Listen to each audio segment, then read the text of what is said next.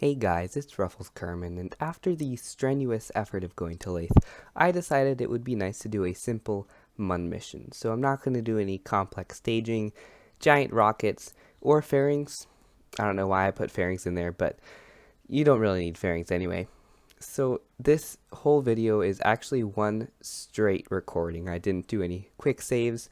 I didn't reload it. I didn't cut anything out. I did speed some parts up, but this is one straight recording. So you'll get to see an entire mission to the Mun.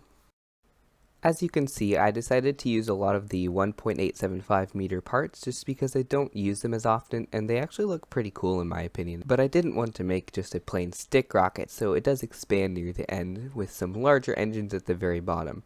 This rocket probably could have gone a little bit farther than the Mun, but again, I just want to do a simple Mun mission, so I don't really care. I also have a habit of overbuilding my rockets a lot. Like a lot. But as long as they get to where they need to go, I think it's fine. Right now I'm playing on a science save where I've completely unlocked the entire tech tree, so science isn't that important, but I did put a couple things of science, a couple little science modules, whatever you call them, on there, just because. Anyway, here is the launch of this rocket. It has way too much thrust to weight. The ratio is way too big, but I just turned down the gimbal in those vector engines and it wasn't too much of an issue. Getting to orbit is a fairly normal event if you've played KSP for any amount of time, so it's not that interesting, but the rocket looks sort of cool, so let's talk about the rocket. It looks sort of cool.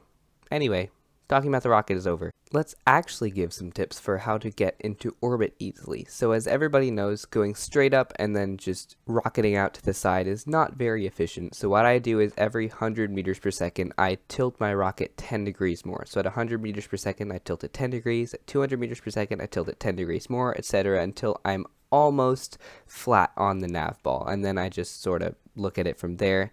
And once I reach 100 kilometers apoapsis, I wait until right now, which is where we're at the apoapsis, and then we start burning, get an even orbit, and then you're fine. Obviously, this is not a one-size-fits-all way to get into orbit, so you have to adjust it for each of your rockets and not go exactly, 10 degrees, 100 meters per second. But in general, it is a pretty easy way. So now it's time to go to the Mun. I don't want an orbit that's too high above the Mun. I want an orbit that's closer. But in the end, it doesn't really matter because we have so much extra delta V that we could do pretty much whatever we want right now. If you've watched this far into this video and you still haven't gotten off, most likely that is because you think this video is sort of interesting. If you think this video is sort of interesting, please subscribe to my channel and please like the video. If you think this video is not interesting but you're still watching, you might want to rethink your life choices. And just subscribe to my channel anyway because that's always a good idea. Anyway, I'm working on trying to get a better computer to try to play KSP better for all of my fans, and subscribing and helping my channel out would be the best way to help me out in getting a computer to help you out by watching my videos. Yeah. Anyway, we have now arrived at the Mun. We're going to make sure we're not on an escape velocity, and then actually we can just go straight into landing because this is the light side of the Mun currently. I have a nasty habit of landing on the dark side and then not really knowing where I am, and early on that I would end up crashing, which is not great. But we're on the light side of the moon right now. I thought the landing was going to be fine. We do have a close call, spoiler alert. So the Cheetah engine is great, it's efficient, but it's not that high of thrust, and I overestimated its thrust. So here we sort of bounce. We actually came in at over 50 meters per second, so I don't think we should have. There, we just bounced again. I think we should have blown up, and then this video wouldn't have been here because I wasn't doing any quick saves. Anyway, we did not, and we are fine, but that was sort of crazy. It just, boom, just bounces.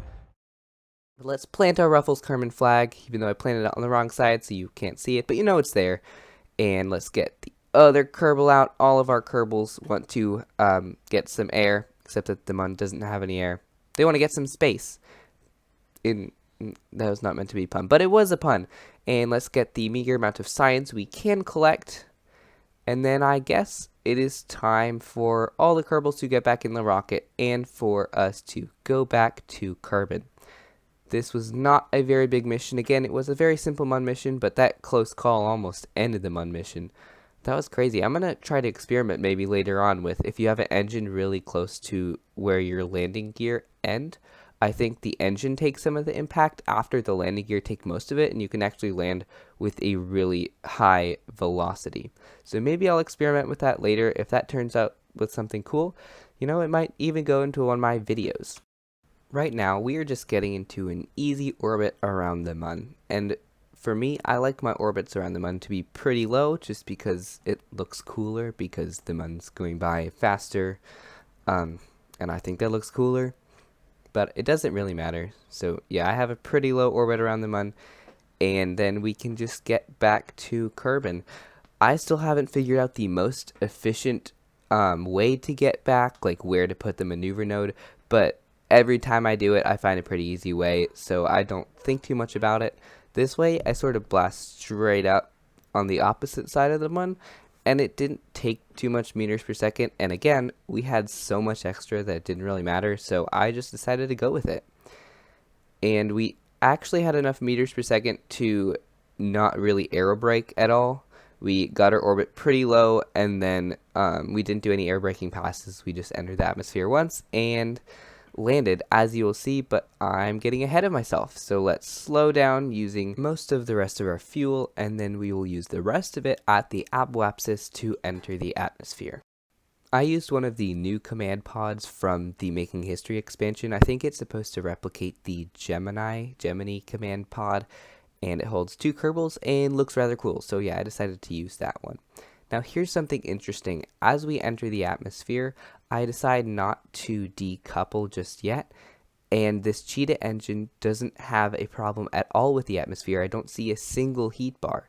So maybe in the future, that could be a good experiment as to can we use that Cheetah engine. But yeah, there wasn't a single heat bar there. I don't know if that was just because I wasn't too far into the atmosphere yet, but I think I was. I think that Cheetah engine just has a very high heat resistance.